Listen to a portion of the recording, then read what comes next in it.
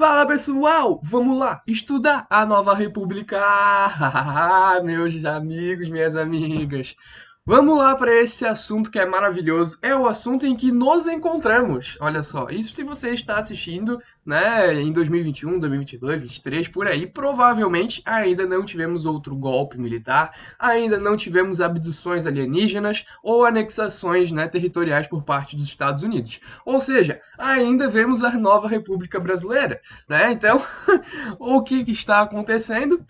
A gente tem esse período, né? Pós-regime civil-militar, que vai ser um período de maior democracia, maiores direitos aos seres humanos, né? Vai ser um período bem interessante, tá? E é um período que às vezes cai, né, em vestibulares e às vezes cai até no Enem, a Nova República, olha só, né? Então vamos começar. Antes de mais nada, você precisa entender como foi a transição, né, do regime civil-militar para a nova república. Primeira coisa que tu tem que entender, quando o Geisel falou, né, quando, no discurso dele, para ele ser empossado presidente da República, ele falou assim: a abertura vai ser lenta, gradual e segura. E ele realmente consegue, né, concretizar isso. Seja lá com a Lei Falcão, seja com o pacote de abril, né, seja com o seu sucessor, João Figueiredo, aumentando, né, o seu próprio cargo de 5 para 6 anos. Ou seja, a gente vai ter medidas do regime civil e militar que vão fazer com que a abertura seja lenta, muito lenta, né?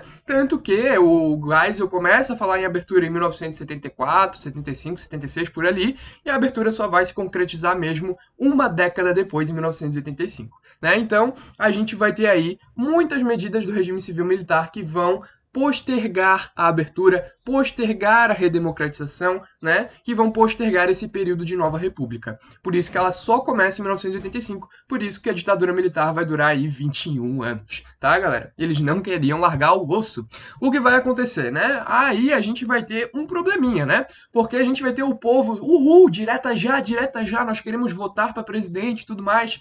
Só que a gente vai ter o Congresso rejeitando as diretas já. Na real, o que aconteceu é que faltou contingente para votar a ementa Dante de Oliveira, que seria essa ementa que iria permitir, né, que o povo votasse para presidente, né, diretamente, democracia direta. Como faltou 113 pessoas, né, todos eles ligados, né, praticamente todos eles ligados ao governo militar, né, eles faltaram de propósito, a gente vai ter então o barramento e aí eleições indiretas. O Congresso escolheu o presidente da República. Como que foi a organização para escolher o primeiro presidente, né, não militar, né, ou pelo menos, né, não militar, um presidente mais civil, que não estava ligado àquele governo, porque a gente sabe que Tancredo Neves e Sarney aí tinha seus pezinhos lá, né? Então, mas enfim, como que foi aí o processo para escolher esse novo presidente dessa nova fase da história do Brasil? A gente vai ter aí os principais partidos sendo formados ainda no governo, né? Figueiredo, ainda lá no governo Geisel, tá? Quando a gente tem o fim do bipartidarismo. Então a gente vai ter aí a Arena se desmembrando em PDS e depois o PDS vai se transformar em PFL, o Partido da Frente Liberal, tá? E a gente vai ter a oposição aí, que era o MDB, se desmembrando em vários partidos. O PMDB, o PT, o PDT, o PTB, né? Então, vários partidos se formando, tá, galera?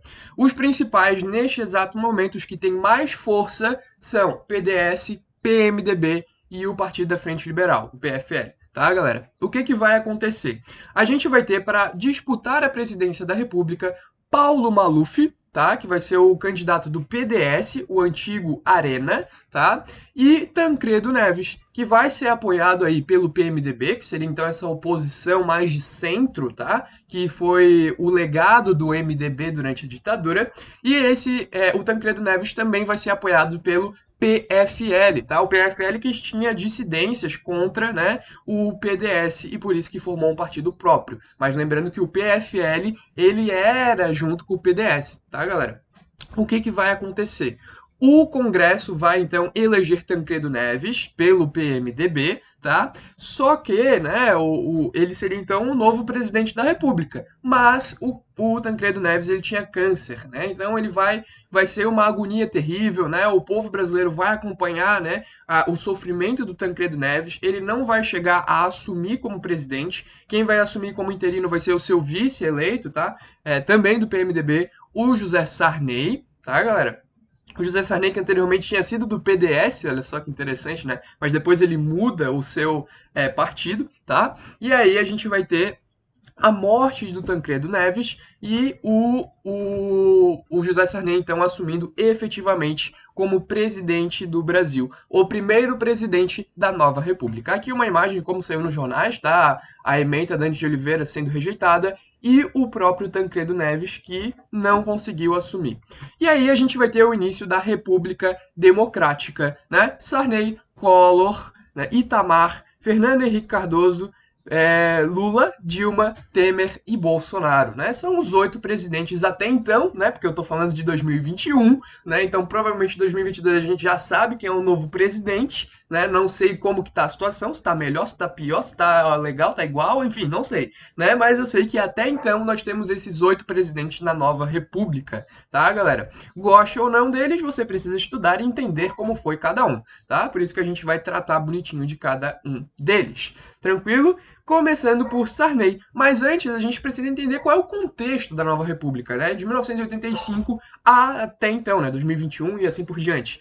Cara, a gente vive num momento, né? Desde aí o fim da Guerra Fria, né? Esse contexto do fim da bipolarização, uma maior multilateralização, né? Do mercado, da geopolítica. A gente vai ter um contexto de globalização, né? Onde todo mundo está conectado, né? As tecnologias fluem, a cultura de outros países flui, né? Aqui no Brasil a gente assiste NBA, NFL, né? A gente assiste torneios internacionais, né? Torneios de xadrez internacional. Então é uma loucura, né? Então a gente tem, né, essa aldeia global, essa conexão. A gente está por dentro do que acontece no Afeganistão, a gente está por dentro do que acontece no Iraque. Então todo mundo ligado a todo mundo, né?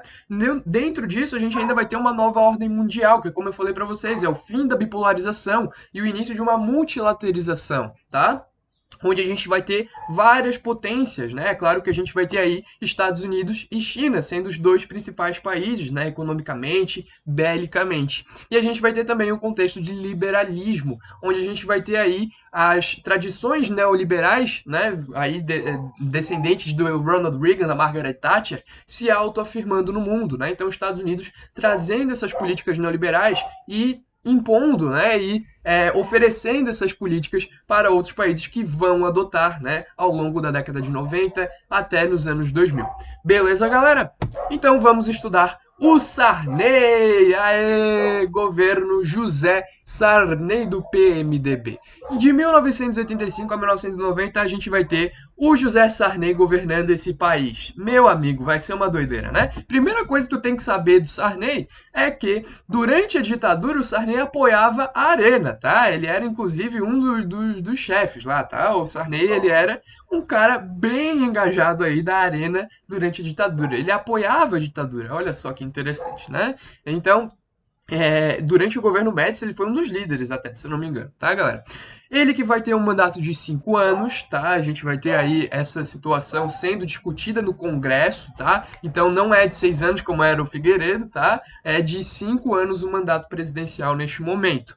A gente vai ter, assim que o Sarney assume, a volta das eleições diretas, ela vai ser aprovada, tá? E o Sarney, galera, ele vai herdar uma grave crise econômica, tá? O Figueiredo não conseguiu controlar a economia, assim como o Geisel não conseguiu. A gente vai ter várias crises do petróleo, a gente vai ter a inflação no teto, e a principal coisa que o Sarney vai fazer no seu governo, né, que ele de fato vai fazer, né, porque a gente, é claro, vai ter a Constituição de 1988, que é o principal fato do governo, mas a principal preocupação do Sarney é controlar a economia. Por isso que a gente vai ter vários planos, né, econômicos do próprio Sarney. Tá bom, galera?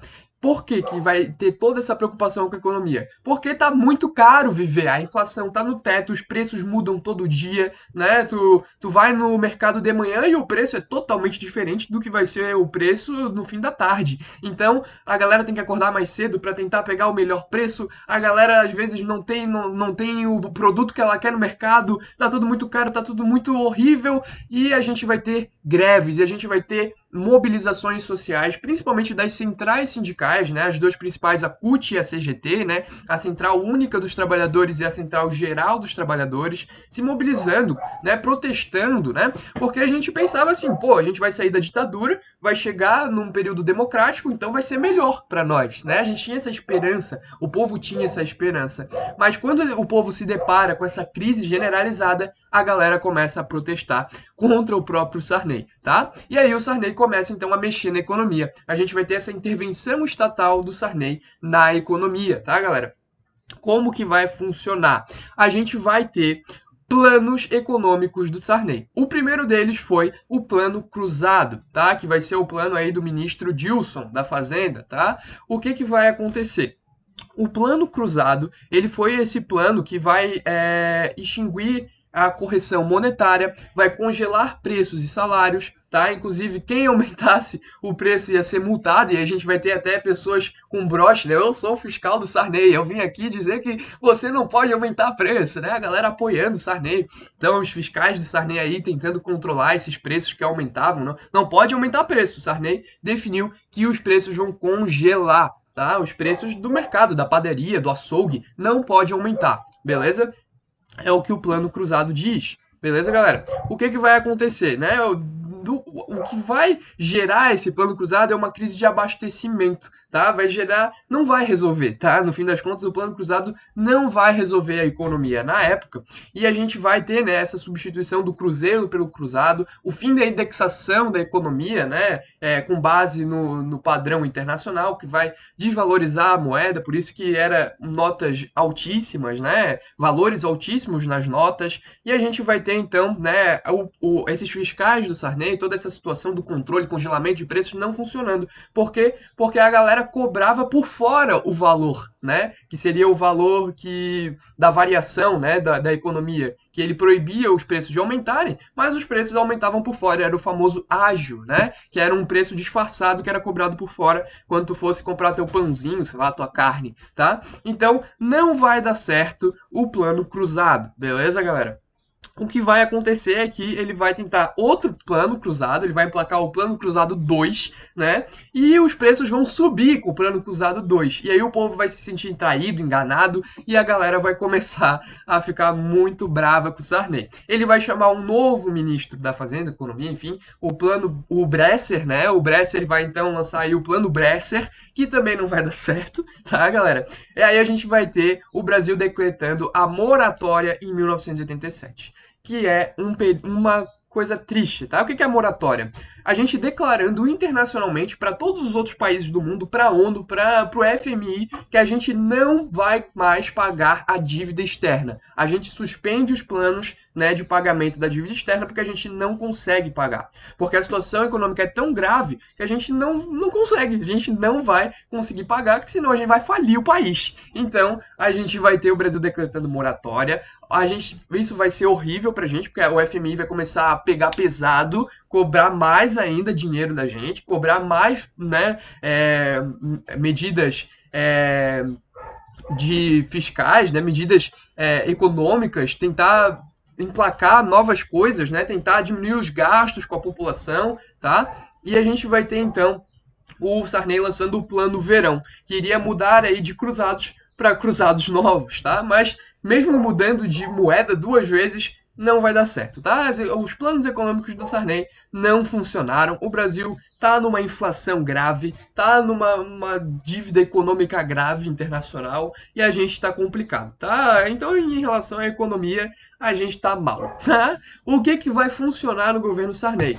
O que vai funcionar no governo Sarney é a Constituição de 1988, que é o principal fato, tá? Apesar de não ter sido a principal preocupação do Sarney, porque ele não vai estar envolvido diretamente, ele chama Constituinte, mas ele não vai ser o cara que vai, enfim, articular e tudo mais a Constituição. Então ele está preocupado com o executivo, né? Com as relações de administração do país, principalmente econômica, tá? Quem vai lutar pela Constituição é esse carinha que vocês estão vendo aqui embaixo, é o Ulisses Guimarães, tá? O Ulisses Guimarães, ele vai ser chamado de Senhor Constituição, né? O pai da Constituição. Por quê? Porque ele vai articular, né, os interesses, né, da direita, da esquerda, né, da extrema esquerda, extrema direita, do centro, todo mundo. Ele vai tentar fazer um cambalacho, né, total, vai tentar unir todo mundo, né, em volta dessa Constituição de 1988. Ela que é a Constituição atual e ela é chamada então de Constituição Cidadã e a gente já vai entender por quê, tá?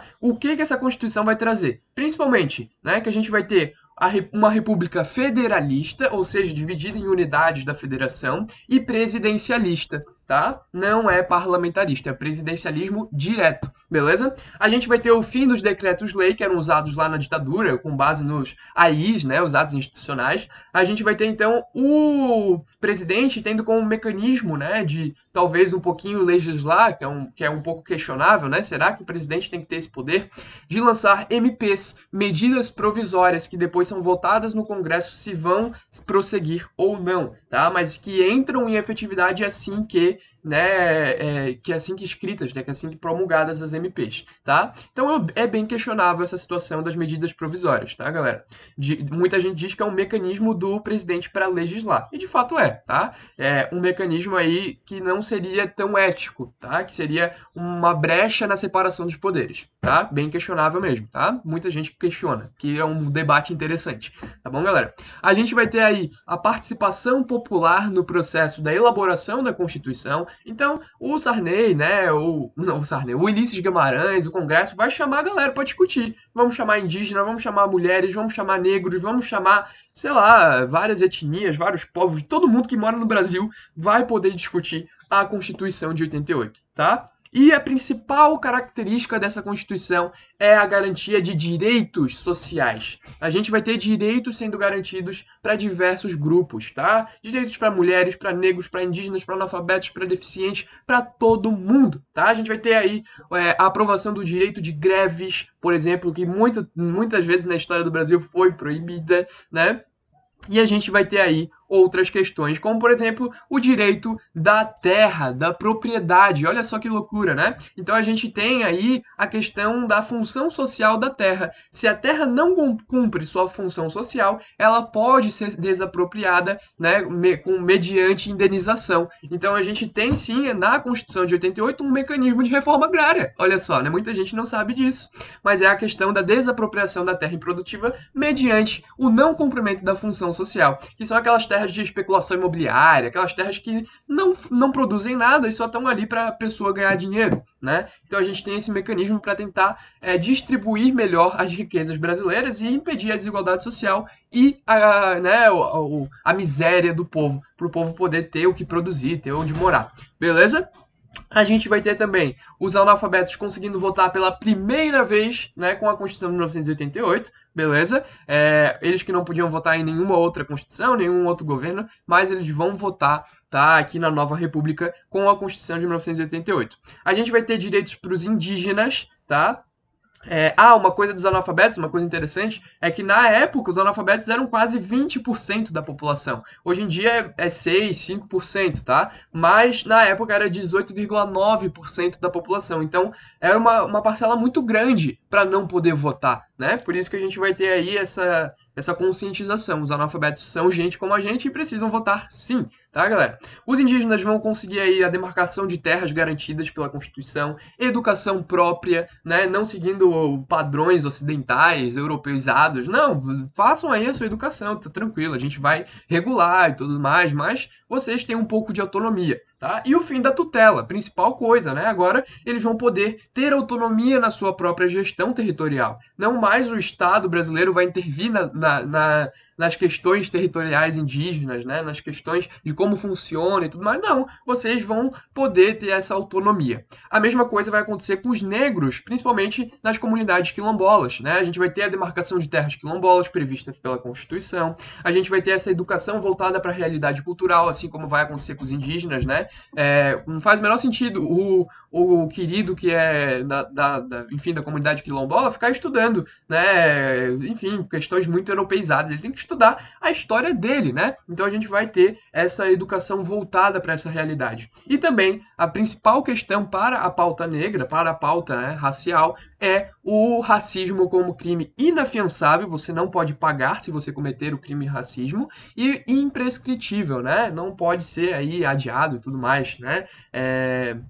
Não prescreve, né, o crime de racismo. Então, é uma conquista muito grande, tá? E as mulheres vão também ter a garantia da licença maternidade, que até então não era uma garantia prevista em Constituição, tá bom, pessoal? Então a gente tem aí, tá, essas garantias de direitos sociais que vão ser bem promissoras, tá? E aí o que, que vai acontecer, Bruno? Bruno, a gente vai ter a transição para o próximo governo, que a gente vai estudar na próxima aula, beleza? Beijão, vejo vocês lá. Valeu!